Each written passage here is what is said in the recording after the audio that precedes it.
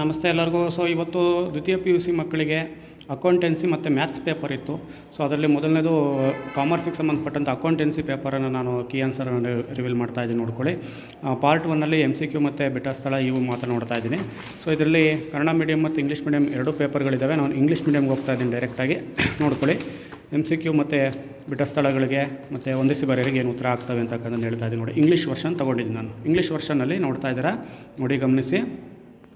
English ವರ್ಷನ್ನಲ್ಲಿ ನೋಡಿ, part 1ನಲ್ಲಿ ಒಂದನೇದಕ್ಕೆ answer ಬಂದು B, 2 people ಅಂತಕ್ಕಂಥದ್ದಿದೆ ನೋಡಿ. ಕರೆಕ್ಟಾಗಿ ಬರೆದಿದ್ರೆ ಎಷ್ಟು ಮಾರ್ಕ್ಸ್ ಬರ್ತದೆ ಅಂತ ಇಲ್ಲೇ ಗೊತ್ತಾಗ್ಬಿಡುತ್ತೆ ನಿಮಗೆ.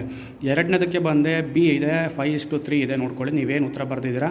ಇದು MCQಗೆ ಸಂಬಂಧಪಟ್ಟಿದ್ದು ಪಾರ್ಟ್ ಎನಲ್ಲಿ ಇರ್ತಕ್ಕಂಥ 5 ಕ್ವಶನ್ಗಳಿಗೆ ಏನು ಉತ್ತರ ಬರೆದಿದೆ ನೋಡ್ಕೊಳ್ಳಿ.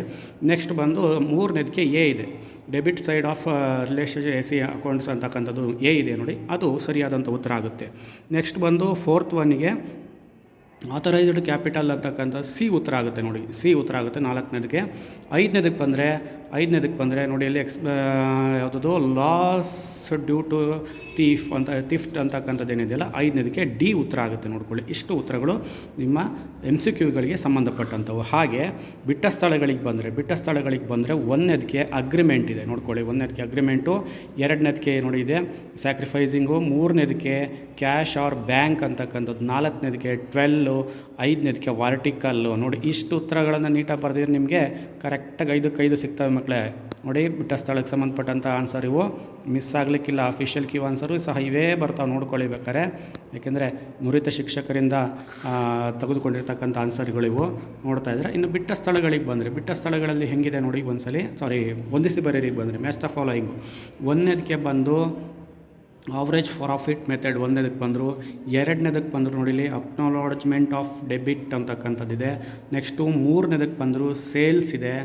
ನಾಲ್ಕನೇದಕ್ಕೆ ಬಂದು ಅರ್ನಿಂಗ್ ಪರ್ ಶೇರ್ ನೋಡಿ. ಇದ್ರಾಗೆ ಸ್ವಲ್ಪ ಡೌಟ್ ಹೊಡೆದಿರ್ತಕ್ಕಂಥದ್ದು ನಮ್ಮ ಮಕ್ಕಳಿಗೆ. ನಾಲ್ಕನೇದಕ್ಕೆ ಅರ್ನಿಂಗ್ ಪರ್ ಶೇರ್ಸ್ ಅಂತಕ್ಕಂಥದ್ದು. ಇನ್ನು ಐದನೇದಕ್ಕೆ ಬಂದರು ಇದು third one, influence and the outflows of cash ಅಂತಕ್ಕಂಥದ್ದು ನೋಡಿ ಇದು.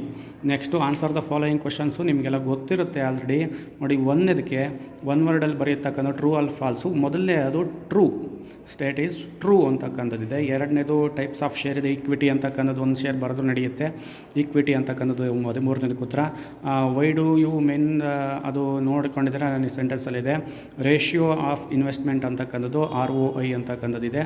ಫೈನಾನ್ಷಿಯಲ್ ಸ್ಟೇಟ್ಮೆಂಟ್ ಅನಾಲಿಸಿಸ್ ಅಂತಕ್ಕಂಥದ್ದು ಏನೈತಲ್ಲ, ಅದಕ್ಕೆ ಎನಿ ಒನ್ ಅಂತಕ್ಕಂಥದ್ದಿದೆ. ಸೊ ಅದರಲ್ಲೇ ಇಲ್ಲಿದೆ ನಮ್ಮ ಕ್ವಶನ್ ಪೇಪರಲ್ಲಿ ಉತ್ತರ ಇದೆ ನೋಡಿ. ಈ 4ರಲ್ಲಿ ಈ 3ರಲ್ಲಿ ಯಾವುದನ್ನು ಒಂದು ಬರೋದು ನಿಮಗೇನಾಗುತ್ತೆ ಆನ್ಸರ್ ಆಗುತ್ತೆ. ಕೆಲವು ಕ್ವಶನ್ ಪೇಪರಲ್ಲಿ ಉತ್ತರ ಇರೋದು ನೋಡ್ಕೋಬೇಕು. ಸೊ ಇಷ್ಟು ಪಾರ್ಟ್ 1ಗೆ ಸಂಬಂಧಪಟ್ಟಂದು. ಪಾರ್ಟ್ 2 ವೀಡಿಯೋನ ಡೀಟೇಲಾಗಿ ಹಾಕ್ತೀನಿ. ಸೊ ಎಲ್ಲ ಲಾಂಗ್ ಆನ್ಸರ್ಗೆ ಬಿಡಿಸಿ. ಅದೇ ಥರನಲ್ಲಿ ಕನ್ನಡ ಮೀಡಿಯಮ್ನು ಇದೆ, ನೋಡ್ಕೊಂಬಿಡಿ. ಅದು ಸೇಮ್ ಉತ್ತರಗಳೇ ಹಾಕ್ತವೆ, ಆಪ್ಷನ್ಗಳು ನೋಡ್ಕೊಳ್ಳಿ ಅಷ್ಟೇ ನೀವು. ಸೊ ಇಷ್ಟು ಅಕೌಂಟೆನ್ಸಿಗೆ ಸಂಬಂಧಪಟ್ಟಂಥ ಉತ್ತರಗಳು ಮಕ್ಕಳೇ. ನಿಮಗೆ ಎಷ್ಟು ಮಾರ್ಕ್ಸ್ ಬರ್ತವೆ ಕಾಮೆಂಟ್ ಮಾಡಿ.